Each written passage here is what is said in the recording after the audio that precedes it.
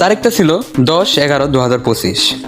সোমবার রীতা আপার ভগবানপুর কর্মসূচি শেষ হওয়ার পর আনুমানিক 3টা 30-এর দিকে মানিকগঞ্জ সদর থানা বিএনপি সভাপতি 1978 সাল থেকে বর্তমান পর্যন্ত রয়েছে জনাব ইঞ্জিনিয়ার M.A. রাজ্জাক সাহেবের বাড়িতে চাঁদার জন্য হামলা দেয়। রাজ্জাক সাহেবকে গুরুতর মারধর করে। রাজ্জাক সাহেবের স্ত্রী, সন্তান ও সরকারি চাকরিজীবী শালক মোহাম্মদ আনোয়ার হোসেন থামাতে এলে তাকেও মারধর করে। আর তিনি আর কেউ নয়, আওয়ামী লীগের বিশিষ্ট নেতা নূর ইসলাম। নূর ইসলামের অত্যাচারে গ্রামবাসী অতিষ্ঠ, কেউ ভয়ে কথা বলতে পারে না। স্থানীয় বিএনপি নেতাকর্মীরাও তার বিরুদ্ধে কথা বলার সাহস পায় না।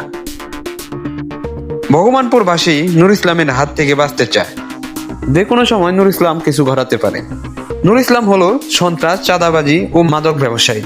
আর সন্ত্রাস, চাঁদাবাজি ও মাদক কমাতে না পারলে এই দেশে কখনো স্থিতিশীলতা আসবে না। এই ঘটনাটি ঘটে মানিকগঞ্জের আটিগ্রাম ইউনিয়নে।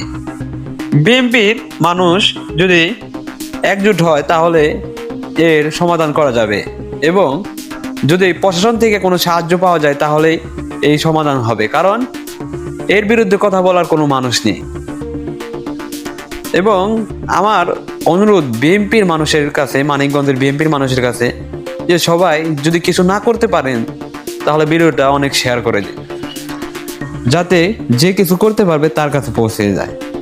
এবং প্রশাসনের কাছে যদি এই ভিডিওটা যেয়ে থাকে তাহলে তারা তাড়াতাড়ি করে একটা ব্যবস্থা নিক। তাছাড়া এখানে অনেক বড় বড় দুর্ঘটনা ঘটে যেতে পারে। আওয়ামী লীগের এই দুর্ভোগ, এই হামলা এখনো পর্যন্ত আছে এই আটিগ্রাম ইউনিয়নের ভগবানপুর গ্রামে, এবং তাদের কারণে গ্রামের মানুষ অতিষ্ঠ, ভয়ে কিছু বলতে পারে না।